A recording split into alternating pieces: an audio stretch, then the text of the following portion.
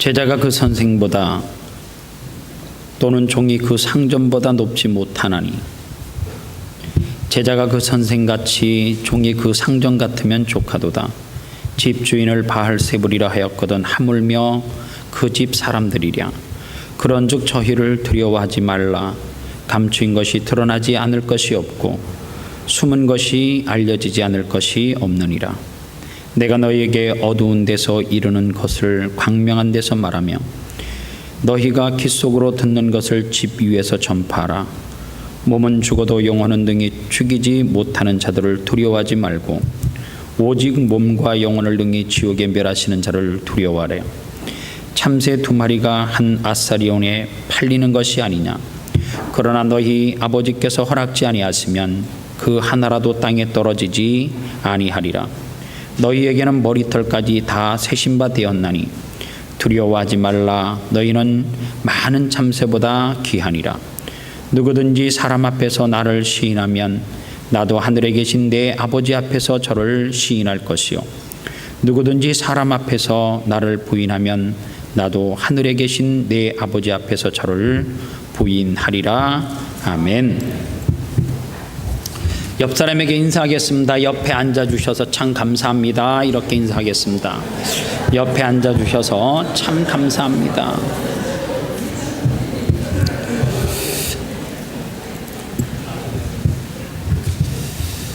아름다운 교회에 오셔서 참 감사합니다. 오늘 말씀을 통하여서 여러분들의 삶 가운데 큰 변화가 있기를 소원하고 또 여러분들 삶 가운데 다짐할 수 있는 시간 됐으면 좋겠습니다. 오늘 설교 제목이 좀 독특한데요. 이 화희부동의 삶, 이 화희부동이라고 하는 말은 공자가 논어에서 군자는 화희부동이요 소희는 동의불화라고 이야기를 했습니다. 이 말이 무슨 뜻이냐 하면 즉 군자는 남과 사이좋게 지내되 의를 굽혀서 쫓지는 아니하고 남과 화목하게 지내지만 자기의 중심과 원칙을 잃지 않는 것을 말합니다. 그래서 이게 군자인데 소희는 어떻다고요? 동의불화라. 즉 뭐예요? 남이 하면 꼭 쫓아가는 거예요. 남이 좋은 차를 사면 좋은 차를 꼭 사야 되고 남이 좋은 옷을 입으면 나도 따라서 좋은 옷을 입어야 되고 그래서 남이 흉내내면서 살아가는 것을 뭐라고 이야기한다고요? 동의불화라. 소인이다 이 말입니다. 오늘 저는 우리 성도들이 공자가 이야기를 했지만 이 화희부동 즉 어떻게 살아가는 건요 남과 사이좋게 지내기는 지내되 뭐를 굽히지 아니하고요 의를 굽히지 아니하고 그리고 남과 화목하게 지내지만 자기의 중심과 원칙을 잃지 않는 삶. 오늘 이것이 세상 속에서 살아가는 그리스도인들이 가져야 될 생활 지침이 아닌가 그런 생각을 해보는 것입니다. 오늘 예수님께서는 예수 잘 믿는 사람들이 세상과 등을 지고 세상을 회피하지 말라 그렇게 이야기합니다. 요한복음 17장 15절 말씀해 보니까 내가 비옵는 것은 저희를 세상에서 데려가시기를 위함이 아니오 오직 악에 빠지지 않게 보존하시기를 위함이니라 그렇게 이야기했습니다. 하나님은 예수를 잘 믿는 그리스도인들이 세상에 단단히 뿌리 내리기를 원한다는 거예요. 그러나 철저하게 세상에서 뿌리를 내리고 살기는 살되 타락한 이 악한 세상에 동화되어져서 살아가지 않기를 원한다. 이것이 화희부동의 삶이라는 거예요. 오늘 이 가운데 모태신앙인들이 많이 있을 거예요. 태어나 보니까 교회 가래. 제가 그런 케이스예요. 다른 종교를 선택할 기회조차도 제게는 없었어요. 태어나니까 우리 엄마는 교회를 다녔고 교회를 갔다 오면 성경 구절을 외우면 그 없는 살림에서 내게 작은 선물도 주고, 그리고 한 번도 내 손에 동전을 지켜주지 않던 어머니가 꼭 주일날이 되면 그게 10원짜리든지 50원짜리든지 동전을 주면서 꼭 하나님 앞에 드리래요. 물론 내가 100%다 드렸다라고 말하기는 조금 양심의 가책도 있어요. 있는 것도 사실이에요. 그러나 여러분들이 생각하는 것만큼 그렇게 저속하지는 않고 거의 다 드렸다 이렇게 말할 수는 있습니다. 중학교를 들어갔더니요, 성경의 메시지가 달라지는 거예요.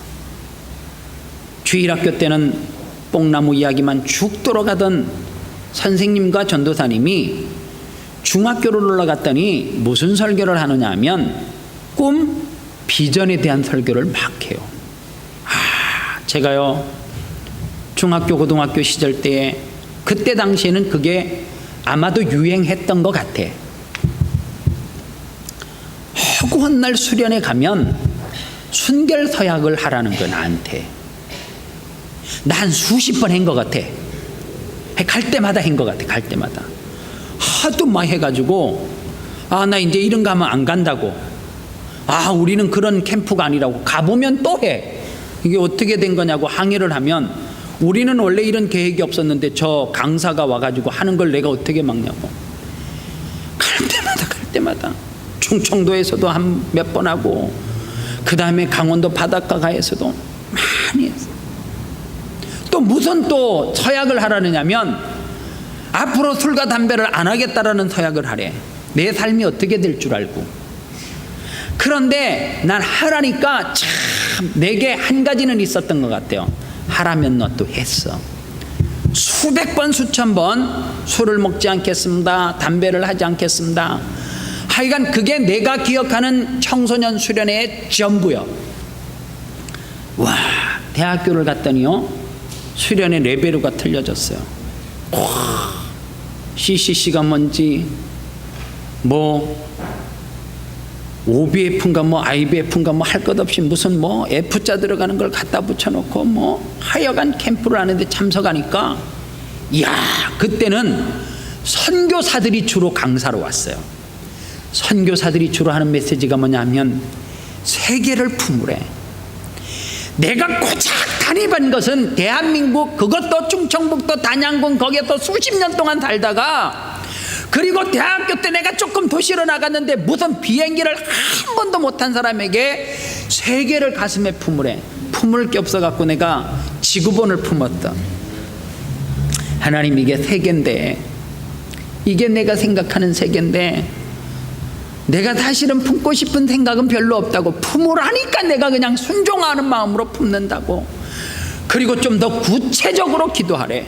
그러더니 아프리카를 달라고 기도하래. 나는 아프리카 가기 싫어. 나는 체질적으로 안 맞아 내가. 그런데 자꾸만 품으래.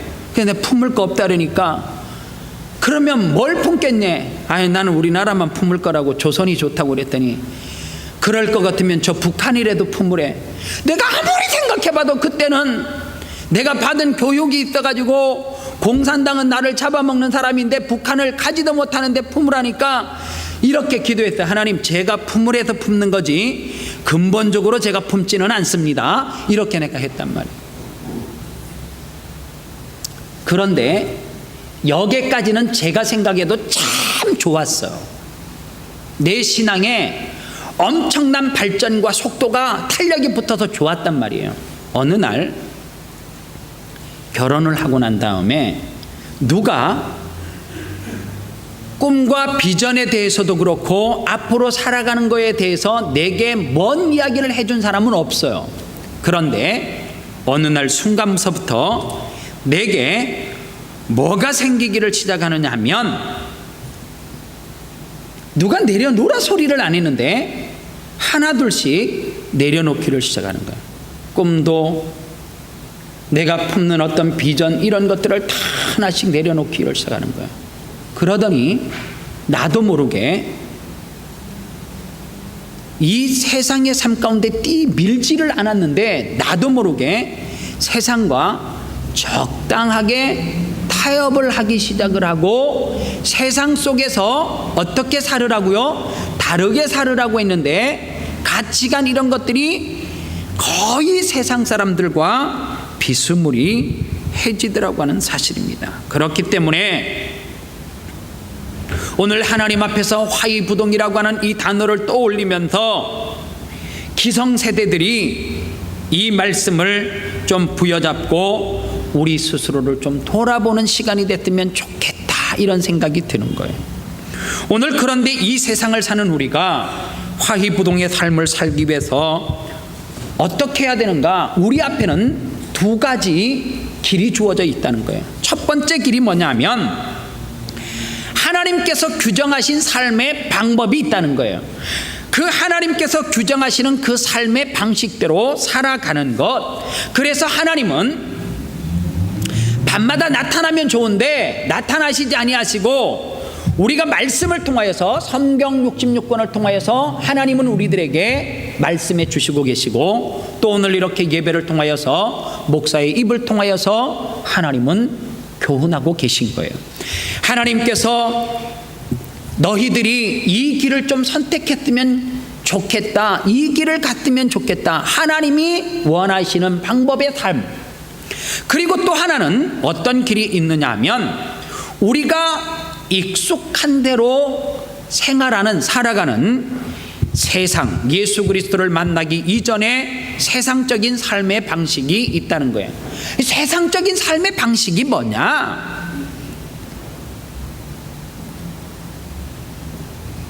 저는 모르겠어요. 가짜를 대한민국 사람들처럼 좋아하는 민족도 별로 없다고 생각해요. 일전에 제가 이런 기사를 본 적이 있습니다. 강남을 파고든 허영 마케팅.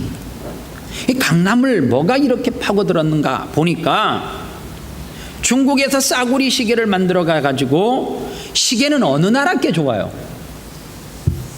차고 있는 게 도대체 어디 거예요? 예? 메이드 인 차이나예요? 아, 그것도 외제니까 좋은 거죠. 외제 아닙니까? 좋은 거예요. 그런데 중국에서 한 8만 원 원가를 들여가지고 가짜 보석을 박아가지고 상표는 저 스위스가 좋은 거래. 다 차고 있으면서 또 모르는 척 하기는 손목을 다 이렇게 내보면 다 그 나라 거 차고 있잖아요, 지금 손에.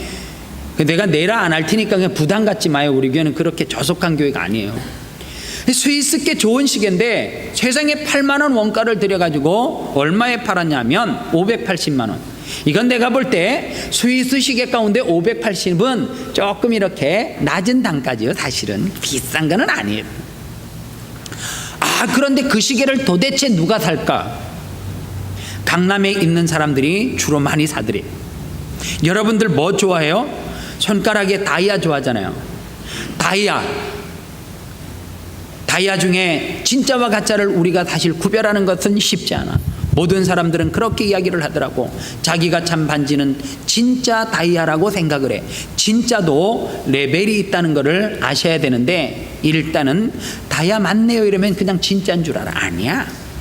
그런데 이것도 똑같이 중국에서 원가를 조금 들였어요. 300만 원 들여가지고 다이아 반지를 만들어가지고 이게 진짜 오리지널 너무너무 좋은 거다 그래가지고 한국에서 얼마에 팔았냐면 9,750만 원에 팔았는데 그냥 딱 예약 주문 딱 끝났대.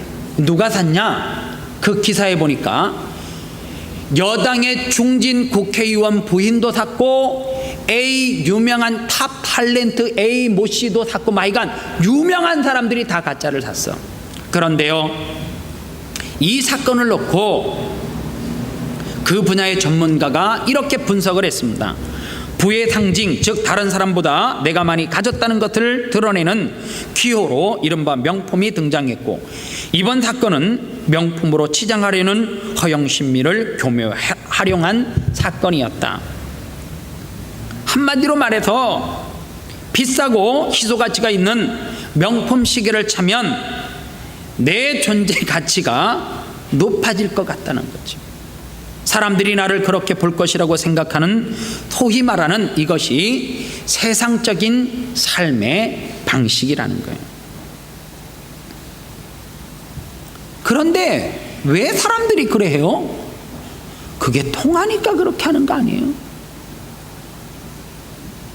우리 마음속에 소위 말하는 천민 자본주의, 물질로 사람을 평가하는 이런 세상적인 이 삶의 방식이 우리에게 참 피부로 와닿는 그런 세상에서 살아가고 있으니까 대부분의 사람들이, 즉 천민주의가 뭐예요? 천민자본주의는 한마디로 요약을 하면 자본주의가 극도로 발달되어져 가지고 무조건 돈만 많이 벌면 된다는 방식이에요. 그게 사기든지 그게 남의 눈에 피눈물을 흘리게 하는 건지 이유가 없어. 일단은 내가 지금 현재 얼마나 좋은 것을 많이 가지고 있느냐, 부의 상징인 이 부동산을, 동산을 얼마나 많이 가지고 있느냐에 따라서 사람들이 어떻게 해요? 인정해 주니까, 그래서 사람들은 그것을 향해서 쫓아가더라는 거예요. 그러나 하나님이 원하시는 삶의 방법이 뭐예요? 마태복음 10장에 보니까 예수님께서 제자들을 세상에 파송하시면서 뭐라고 이야기를 하느냐면, 병든 자를 고쳐주고 죽은 자를 살리며 문둥이를 깨끗하게 하고 귀신을 쫓아내고. 그런데 성경은 뭐라고 이야기하냐면, 네가 거저 받았으니 그것도 거저 주라, 그렇게 이야기해요. 그리고 10절 하반절에 이렇게 말합니다. 여행을 위하여 배낭이나 두보롯이나 신이나 지팡이를 가지지 말라. 성경은 이렇게 이야기합니다. 이 말씀을 종합해 보면 이 땅에서 하나님의 소명, 부르심을 받은 사람들은 물질과 관련해서 버려야 될 것 두 가지가 있다는 거예요. 첫 번째가 뭐냐? 욕심을 버리라는 거예요. 욕심이라고 하는 것이 하나님의 창조의 원 질서를 파괴하는 주범이라는 거예요. 그래서 성경은 뭐라고 이야기하냐면, 하나님이 만든 피조물 가운데서 이 땅에서 살아가는 모든 하나님의 피조 세계 가운데 탐욕 때문에 혈안이 되어져 가지고 이리저리 눈을 돌리는 존재는 인간밖에 없대. 밀림의 왕자 사자도요, 그날 한 마리를 잡아 드시고 나면 배가 부르니까 며칠 동안 그 앞에 사냥거리가 지나가도 잡아놓고 저장하지 않아. 사람은 배 터지게 식당에서 회식을 했어. 그 다음에 또 들리는 것이 옆에 있는 슈퍼마켓이요. 거기에 가서 또 먹을 거를 사. 배가 불러. 그래도 끊임없이 어떻게 해요? 이 욕심이 끊이지 않아서 계속해서 쌓아놓으려고 해요. 그런데 중요한 게 있어요. 욕심이 넘치면, 욕심이 가하면 그 다음에 반드시 이거로 따라오는 것이 뭐냐면, 많이 가지고 있는 이 욕심 때문에 염려가 되는 거예요.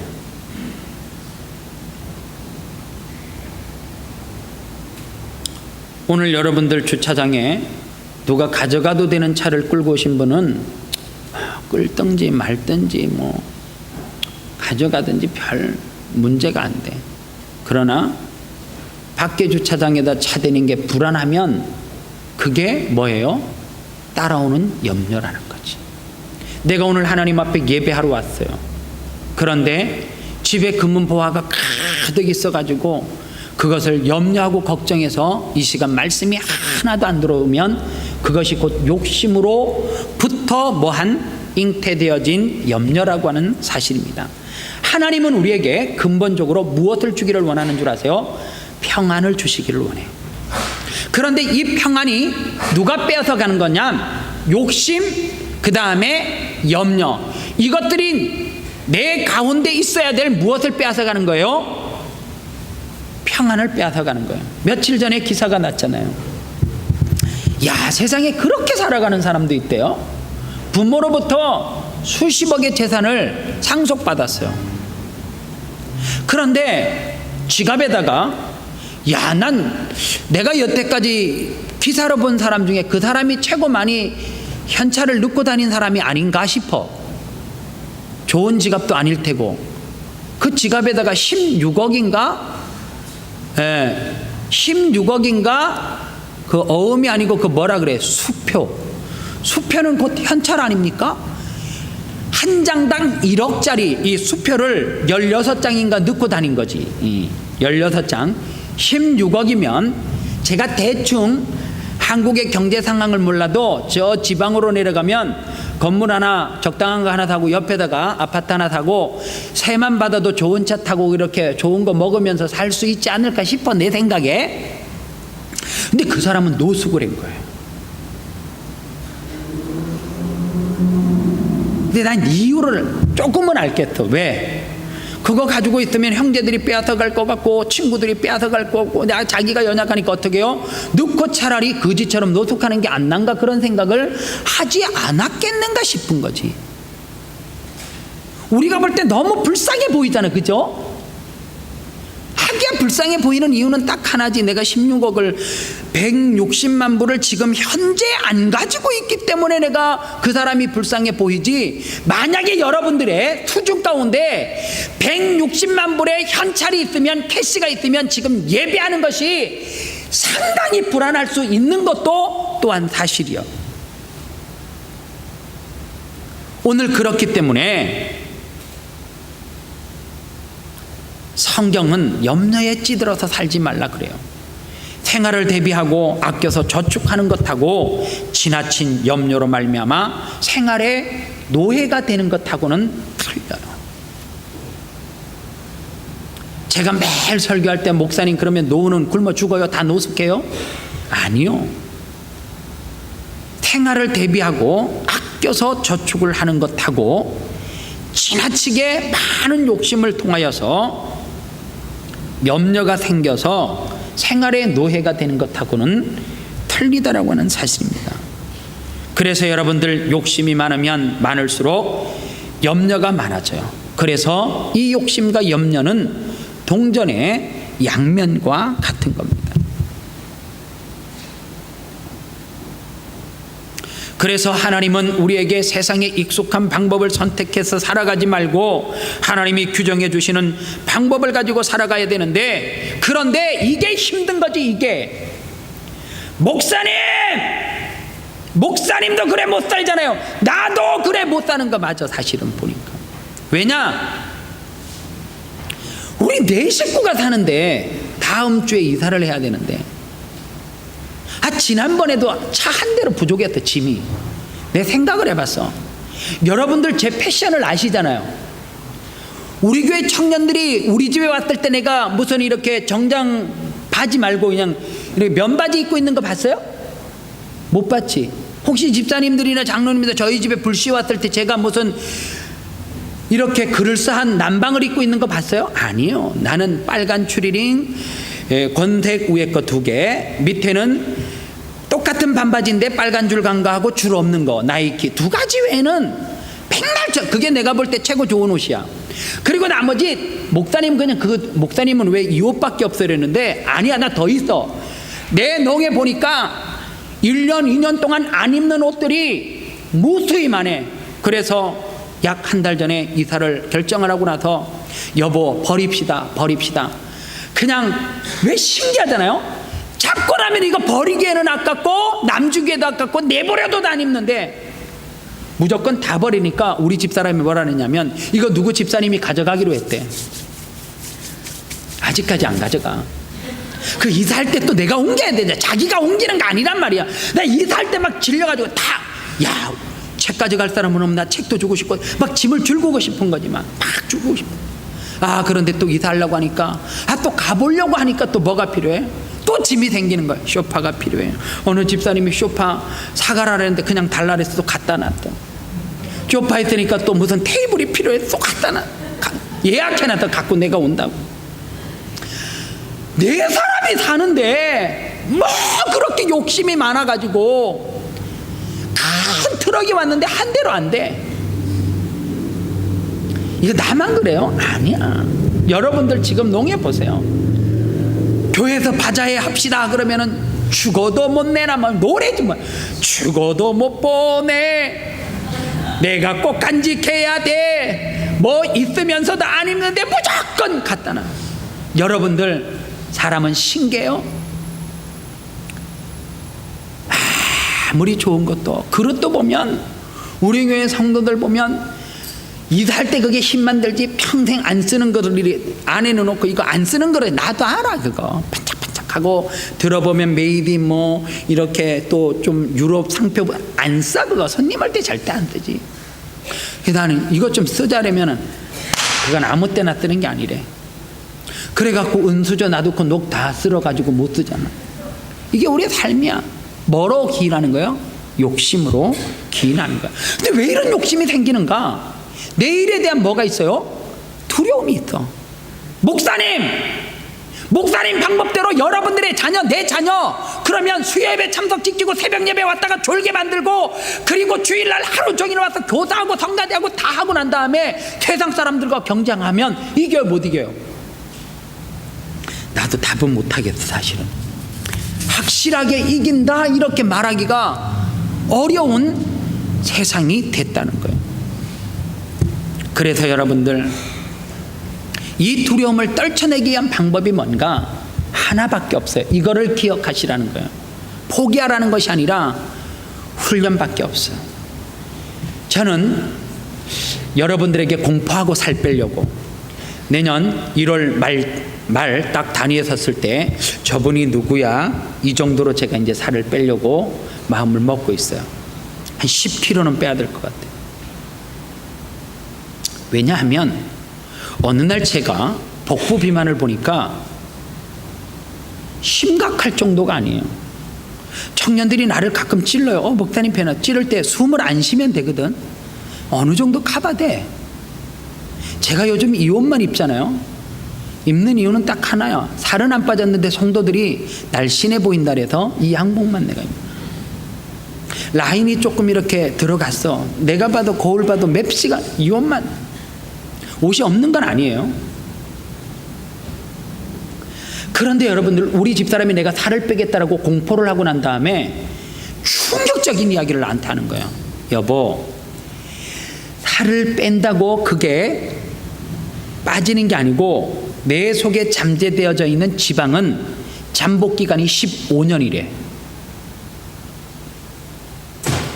그러니까 우리 교회 한두 분의 집사님은 살이 찌고 싶어도 못 쪄.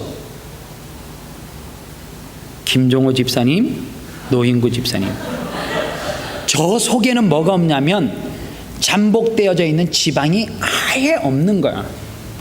그러니까 먹어도 저 사람들은 화나지 않아요? 나 살찌기 위해서 별의별 노력을 다 해봤다면 막 부하가 치밀잖아. 그치? 안 치밀어요? 난 김종호 집사님이 특히 먹을 거 다 먹고 막 이런다는 말 들으면 부하가 막 확 치밀어 올라와요. 나는 밤에 먹는 순간부터 그 다음날 달덩이가 되고 막 그래가지고 2kg 불었어요 이랬는데 내 안에 잠복되어져 있는 지방이 넘과 동시에 부풀어 오른다는 거예요. 그런데 이거를 완전히 없애는 기간이 15년 걸린대. 그러니까 내가 1월 달에 10kg를 빼는 게 문제가 아니라 그 10kg 뺀 것을 15년 동안 계속 유지해야지만 나는 이제 그 몸을 가질 수 있는 거지. 15년이 되면 내가 몇 살이 되는가 생각을 해보니까 은퇴해. 이야. 그런데 보세요. 대부분의 사람들이 약을 먹고 운동을 하고 살을 뺐어. 그런데 어느 날 보니까 또 돌아갔어. 이유는 딱 하나예요. 내가 뭐 하지 않고 계속해서 노력하고 훈련하지 않으니까 지방은 어떻게 되는 거예요? 다시 요요 현상에 의해서 제자리로 돌아가는 거예요. 그러니까 내 지방은 지금으로부터 15년 넘게 동안 허리 34니까 계속 그 지방은 내가 중간에 노력하고 뭐를 하고 사이클을 타보고 탁구를 치고 축구를 하고 별짓을 다 해도 잠깐 나갔다가 그냥 다시 먹어줌과 동시에 또 다시 원위치로 오는 거예요. 그래서 여러분들, 내 속의 염려는, 내 속의 욕심은 죽을 때까지 떠나지 않는데, 이것을 없애는 방법이 뭐예요? 계속해서 훈련하고 노력해야 돼. 그럼 어떤 훈련을 해야 되느냐? 첫 번째, 하나님을 매일매일 삶 가운데 의식하면서 하나님을 경외하는 훈련을 해야 됩니다. 오늘 성경 28절에 보니까 몸은 죽어도 영혼은 능히 죽이지 못하는 자들을 우리 인간들은 두려워한대. 그러니까 인간들은 누구를 두려워하는 거예요? 사람을 두려워하는 거지. 내 몸을 해할 수 있는 사람을 두려워하는데, 오늘 성경은 그 사람을 두려워하지 말고 누구를 두려워하라는 거예요? 몸과 영혼을 능히 지옥에 멸하실 수 있는 이를 두려워하라. 성경은 이렇게 이야기합니다. 하나님을 두려워하면서 살아가래요. 그러면 내가 하나님을 두려워하고 있는 것, 하나님을 두려워하지 않는 것 어떻게 알 수 있느냐? 하나님을 두려워하지 않는 것은 어떤 삶이에요? 세상에서 걱정과 염려로 가득 차 있는 삶을 살아가면, 오늘 이 말씀을 들으면서도 걱정 근심으로 가득 차 있는 사람은 하나님을 두려워하지 않는 사람이에요. 반대로 세상을 향해서, 내일을 향하여서 뭐가 있어요? 담력이 생겨요. 그리고 예전에 없던 근심 걱정은 있는데 내 마음속에 뭐가 있어요? 평안이 있어요. 그러면 이런 사람들은 하나님을 두려워하는 사람이라는 거예요. 예배라고 하는 것이 뭐냐? 날마다 하나님을 잊고 살던 우리가 하나님을 의식하도록 도와주는 것, 하나님을 경외하도록 도와주는 것이 뭐예요? 예배란 말이에요. 그러니까 마음에 두렵거나 마음에 근심이 있거나 고통하는 일이 있으면 하나님을 내가 기억하지 않았기 때문에, 하나님을 의식하지 않기 때문에 어디로 나오면 돼요? 예배 가운데 나오면 돼. 그래서 자꾸만 의식 가운데 하나님을 의식하는 거예요. 이거는 간단해요. 나는요, 남을 속이는 거를 얼굴로 잘 못해. 나는 좋으면 좋은 얼굴이 표가 나고, 심지어 우리 집사람 몰래 비상금이 있으면 비상금 있는 거를 우리 집사람은 한 번도 찾지 않아요. 얼굴 보고 따가라. 얼굴 보고 대충 얼마인지도 맞춰. 있는 양에 따라서 막 기쁨이 얼굴과, 그래서 이런 남자하고 살면 참 쉬울 것 같아, 느낌에. 왜냐하면 보통 남자들은 뭐 어디에도 숨겨, 나는 그거를 못해요. 항상 우리 집사람이 찾는 것도 한 번에 찾아. 왜냐하면 여보 이러면서 내 눈을 딱 보면 난 항상 거기에 시선이 가, 손결혼 장소에 시선이 가 있고, 나도 모르게 자꾸 앞에 가서 막는데, 내가 안 막아도 못 찾아. 사실은 난 모든 비상금을 책 속에다 넣었기 때문에 그 책이 한두 권이 어떻게 알아? 그것도 내가 바보예요. 꼭 책인데 겉에 뚜껑이 있는 데다 넣는데, 우리 집사람이 케이스가 있는 책 있잖아요, 그런 데다 넣으니까 딱 보면 모든 책이 일반 책인데 케이스 있는 게 가득 이렇게 딱 꼽혀 있는 거예요. 그런데 우리 집사람이 어느 날 그래요. 당신 좀 많구나. 그러면 나 없어 이렇게 해도 있잖아요. 많다 하네. 빨리 내놔. 그래. 내놓는. 그런 생각이 들어요. 여러분들이 우리 집에 오면 내가 끔찍이나 할 것 같아요? 안 해. 의식 안 하지. 아니 우리 교회 장로님이 와서 내 비상금 가져갈 거라고 내가 생각을 하나? 의식 안 하지. 하나님 앞에 나오면 나는 어떻게 되는 거예요? 매일 의식을 해서 무엇을요? 내 욕심, 내 두려움, 내 염려를 내려놓게 되더라는 거예요. 시편 57편 말씀에 보면 다윗이 왕이 되기 전에 이 시를 썼어요. 그런데 이 시편 57편을 썼을 때에 다윗의 상황이 어떤 상황이냐면, 사울에게 쫓기고 쫓겨서 굴 속에서 쓴 시예요. 그런데 여러분들 청년들은 시편 57편이 무슨 내용인지 모르지만 아마 다 암송하고 있어요. 왜냐하면 그 시편 57편을 통해서 찬양이 두 곡 나왔거든. 내 영혼이 확정되어 사오니 믿음의 눈들어 주를 바라봅니다. 일어나 새벽을 깨우리라 내가 너희와 뭐 이런 찬양이 있잖아요. 그런데 잘 보세요.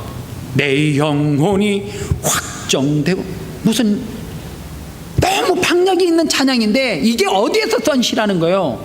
다윗이 사울에게 쫓겨서 동굴로 도망가서 생명의 위협을 느끼고 있을 때에 썼다는 거예요.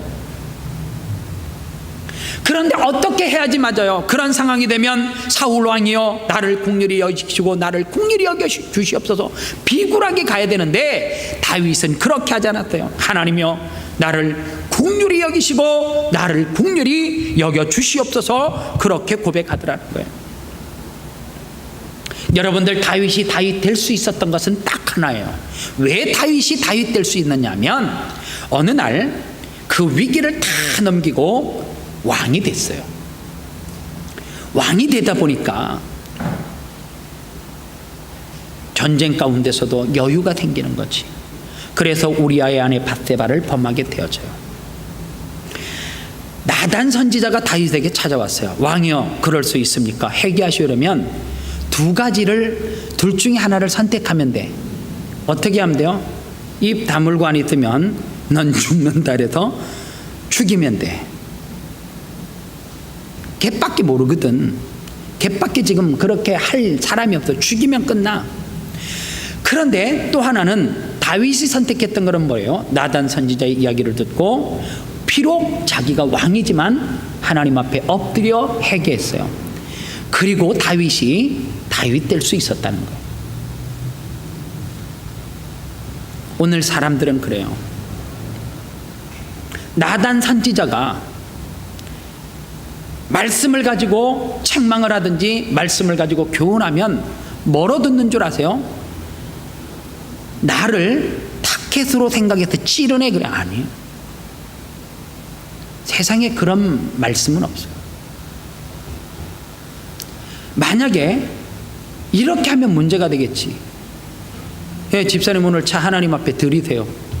예, 집사님 자녀 내 양자로 드리세요 하면 문제가 되겠지. 여러분들 생각해 보세요. 하나님의 말씀으로 교훈하고 책망하는데 다윗처럼 그 말씀에 순종해서 들으면 다윗이 다윗 될 수도 있지만 다윗이 거기서 나단 선지자의 말을 듣고 너 죽는다 한 번만 더 하고 그리고 그 사람과 등을 돌리든지 아니면 그 사람에게 해코지했으면 누구에게 벌 받아요? 하나님 앞에 반드시 책망받을 것이라는 사실입니다. 오늘 우리가 이 땅에 살아가면 누구와 같은 위험을 만날 수 있어요? 느헤미야와 같은 위기를 만날 수 있어요. 이스라엘 백성들이 바벨론의 포로가 되어지고 난 다음에 그리고 그들이 다시 포로로 있다가 해방을 받고 본국으로 돌아와요. 이 포로 기한 정책에 의해서 본국으로 돌아보니까 자기의 집들은 다 무너지고 성전도 무너졌어요.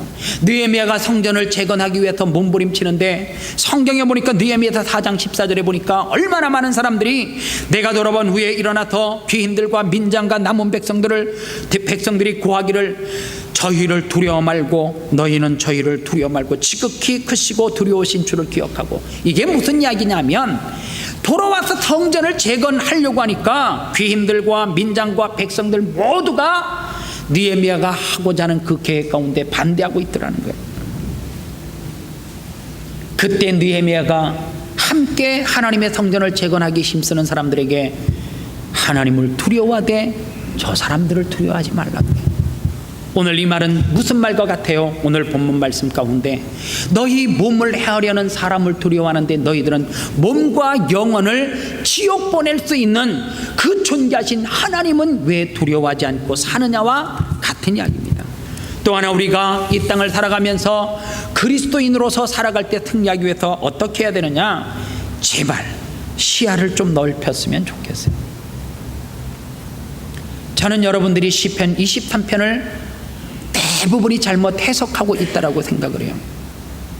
오늘 시편 23편에서 말하는 여호와가 내 목자가 되시면 우리는 그 다음에 어떤 삶을 누려요? 푸른 초장과 쉴만한 물가를 경험한다라고 성경은 말합니다.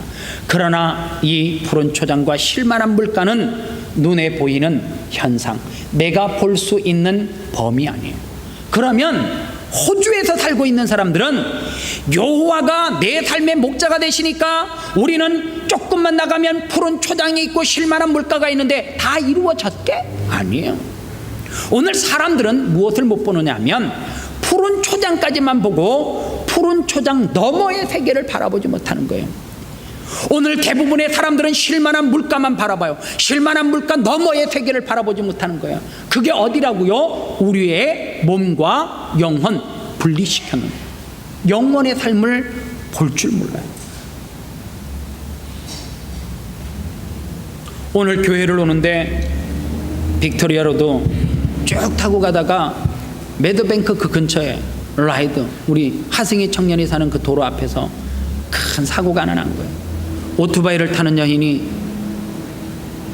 앞에 있는 차를 강하게 이렇게 충돌해서 박았는지 그냥 길에서 이렇게 움직이지 못하고 그냥 이렇게 넘어져 있는 거예요. 차 뒤에서 경찰이 왔어요. 뭐라고 막 이야기를 해요. 근데 제가 볼 때 연세가 많은 분은 아니에요. 여자분인데 머리가 찰랑찰랑 있고 옷도 오토바이를 이렇게 타게 좋은 복장을 해가지고 아마도 그 여인은 어느 푸른 초장과 쉴만한 물가를 향해서 갔든지 벗을 만나러 가기 위해서 갔든지 목적지가 있었을 거랍니다. 어쩌면 그 장소에서 그의 몸, 그 삶이 마감될 수도 있다는 생각을 오면서 했어요.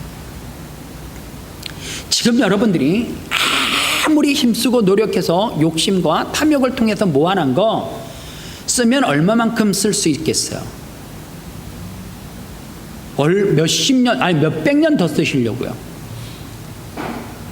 제가 볼 때 우리 교회 이 자리에 앉아 있는 모든 성도들은 100년 후에는 한 명도 제가 볼 때 없을 가능성이 많습니다. 그게 푸른 초장이에요. 그게 쉴만한 물가. 그러나 또 하나, 쉴만한 물가 너머의 생애는 영원한데 이거에 대한 준비가 우리는 없어도 너무 없어. 푸른 초장에만 만족해. 쉴만한 물가만 너무 풍덩풍덩거리고 좋아해. 오늘 그렇기 때문에 우리의 시야를 넓혀야 되는데 어디까지 넓혀야 되는 줄 아십니까? 푸른 초장 너머의 세계를 이제는 서서히 준비할 때도 됐다. 생각할 때가 된 거예요.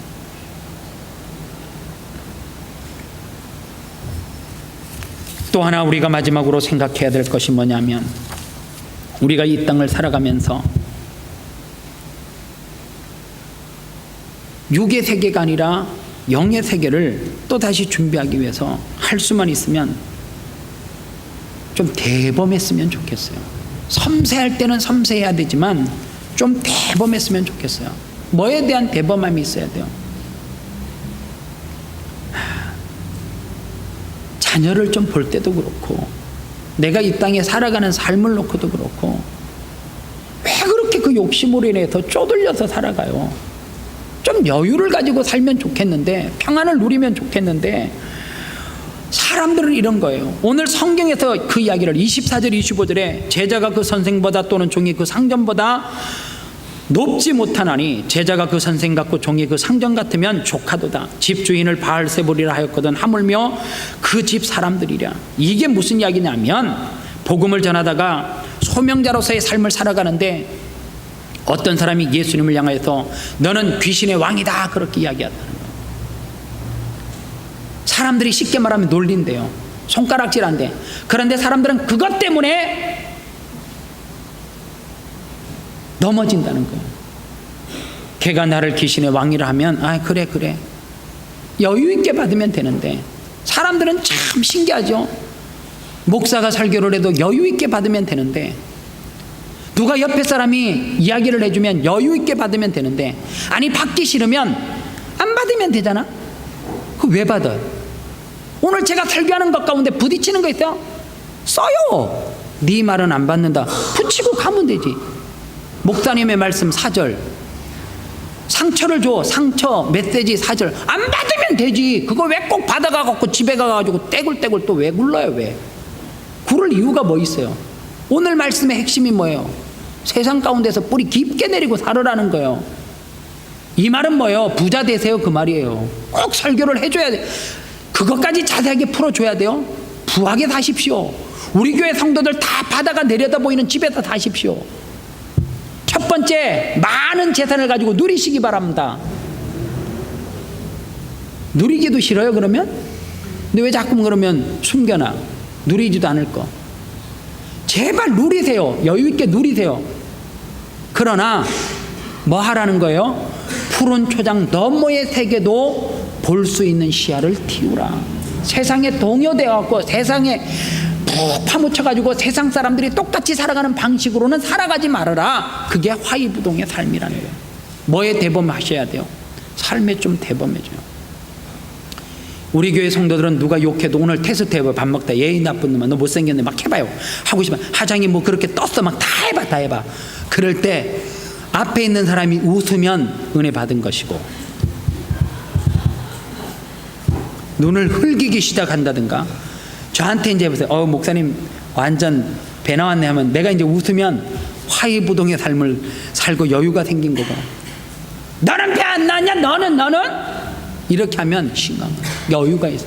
누가 나에게 무슨 이야기를 하더라도 내 속에 뭐가 있어요? 푸른 초장 너머의 세계가 있으니까 여유가 있네. 그래. 그러므로 나는 오늘 여러분들의 상처를 다 사절하겠습니다. 얼마나 좀. 그래서 여러분들이 이 땅에서 참 여유를 가지고 시야를 좀 넓혀서 하나님을 경외함으로 이 땅에서 하나님이 주시는 그 축복을, 오늘도 여러분들 하나님의 자녀이기 때문에 예배라고 하는 것은 이렇게 제가 표현을 할게요. 목욕탕에 들어온 거예요. 근데 들어오시기 전에 꼭 해야 되는 게 있어. 제가 목욕탕에 가서 테스트 해봤대잖아. 내 열쇠 한국에 가니까 뭐 5천 몇 번도 있더라고. 그래서 난 그게 500 몇 번인 줄 알고 500 단위에서 막 쑤셔봤다니까. 열리는데 남의 옷 들어있고 지갑 있는 게 딱 열려. 목욕탕의 열쇠는 내 것만 열리는 게 아니야. 그래서 주인이 꼭 데스크의 카운터 뒤에다가 써놨잖아. 맡기지 않는 물건은 책임지지 않습니다. 하나님 앞에 맡기지 않는 인생, 하나님이 책임지지 않습니다. 이 시간 찬양하겠습니다. 오늘 말씀을 생각하면서 찬양하겠는데요. 성경이 말씀하면 좀 순종 좀 하세요. 그게 어떤 말씀이라 할지라도, 내게 찔리는 말씀이라 할지라도 사람의 말로 듣지 말고 제발 좀 순종하세요. 큐티를 왜 해요? 성경을 왜 읽어요? 제가 설교하는 거 꼬투리 잡으려고 읽으십니까? 실천하려고 읽는 거 아니에요? 왜 여러분들 많은 서적들을 봐요? 얘는 무슨 시를 있다고 이렇게 하려고 시집 봐요? 아니잖아. 어떤 사람이 책을 이걸 글이라고 써서 이러려고 책 읽어요? 아니에요. 거기에서 뭔가 교훈을 얻고 깨닫고 나도 그렇게 살아보려고 그 책을 읽는 거 아니에요. 하나님의 말씀을 왜 읽어요? 이 말씀을 묵상하고 내가 행하려고 읽는 거잖아요. 왜 달콤한 이야기만 들어요? 21세기 성도들의 특징, 내게 달콤한 이야기는 듣되 내게 화살로 꼽혀오는 이야기는 절대로 안 듣고 싫어한다. 아니요. 화살은 내게 화살로 날아오는 말씀이 있으면 더 그거를 부여잡고 떼굴떼굴 굴러야지. 그게 성도지. 그게 구별된 자지. 그게 푸른 초장 너머의 세계를 바라보는 성도지. 그게 성숙한 성도지. 오늘 강단에서 쏟아지는 말씀, 이 화이부동의 삶, 혹여나 여러분들 세상에 너무 깊이 빠져가지고 세상에 사람들이 살아가는 그 방식과 논리대로 나도 그런 목표를 추구하고 살아가고 있으면 내려놓으십시오. 제발 말씀을 듣고 포기하십시오. 푸른 초장에 허덕여가지고 오늘도 무엇을 먹을까, 무엇을 입을까, 무엇을 마실까, 이 욕심 때문에 매일 두려움과 욕심, 염려로 가득한 삶을 좀 살지 마세요. 누가 옆에 우리를 콕 찌글러도 미소 지을 수 있는 여유가, 평안이 저와 여러분들에게 있기를 원합니다. 한 가지만 하면 돼요. 이 찬양의 가사대로만 살면 됩니다. 주님이 말씀하시면 가면 돼요. 그리고 주님의 뜻이 아니면 서면 돼요. 이 시간 가슴으로 고백하도록 하겠습니다. 찬양합니다. 주님 말씀하시면